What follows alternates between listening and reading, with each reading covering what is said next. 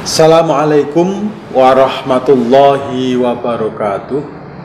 Sahabat Bawaslu yang saya hormati, berjumpa kembali bersama program Bilik Bingkai Literasi Kepemiluan Bawaslu Kabupaten Kudus.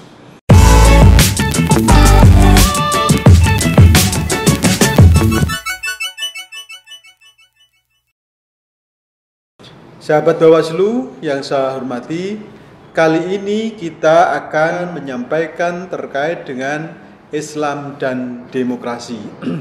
Sahabat Bawaslu, perlu kita ketahui bahwa Islam adalah agama tauhid yang diturunkan oleh Tuhan Yang Maha Kuasa Allah Subhanahu wa Ta'ala melalui Rasul-Nya untuk mengatur semua kehidupan manusia untuk mencapai sebuah kedamaian atau Islam itu sendiri. Sementara demokrasi adalah sebuah tatanan negara atau pemerintahan yang bersumber dari rakyat, oleh rakyat, dan untuk rakyat sebagaimana yang dikonsepkan oleh Benjamin Franklin. Yang dapat menjalankan pemerintahan secara sah adalah pemimpin yang dipilih oleh rakyat melalui proses demokrasi, yakni pemilu. Oleh karena itu, kalau kita lihat bahwa pemilu adalah perebutan kekuasaan yang secara sah dan secara legal diatur oleh undang-undang secara demokratis. Oleh karena itu, politik adalah strategi dalam memperebutkan kekuasaan. Sahabat Bawaslu yang saya hormati, politik atau yang kita kenal di dalam Islam disebut dengan siyasah adalah upaya untuk mengatur, mengurus, dan menjalankan pemerintahan yang secara sah. Oleh karena itu, politik Islam adalah suatu cara untuk mempengaruhi masyarakat agar berperilaku sesuai dengan ajaran agama Islam. Dasar-dasar politik di dalam Islam adalah memiliki kesamaan dengan prinsip-prinsip demokrasi. Yang pertama, di dalam Islam ada yang namanya al-musyawarah wa syawirhum fil amri. Di dalam demokrasi ada proses permusyawaratan. Jadi ada kesamaan antara siyasah Islam dan demokrasi itu sendiri. Yang kedua, di dalam Islam ada yang namanya al-adalah atau upaya untuk menciptakan suatu keadilan. Sama, di dalam demokrasi adalah memiliki tujuan untuk menciptakan tercapainya suatu keadilan yang ada di masyarakat.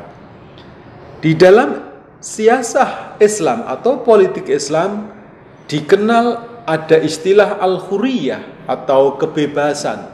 Di dalam demokrasi untuk menyampaikan pendapat, untuk memberikan pilihan atau tidak memilih adalah memiliki kemerdekaan. Tidak adanya intervensi dari orang lain, tidak adanya pemaksaan dari orang lain. Benar-benar masyarakat memiliki kemerdekaan untuk menentukan pilihannya.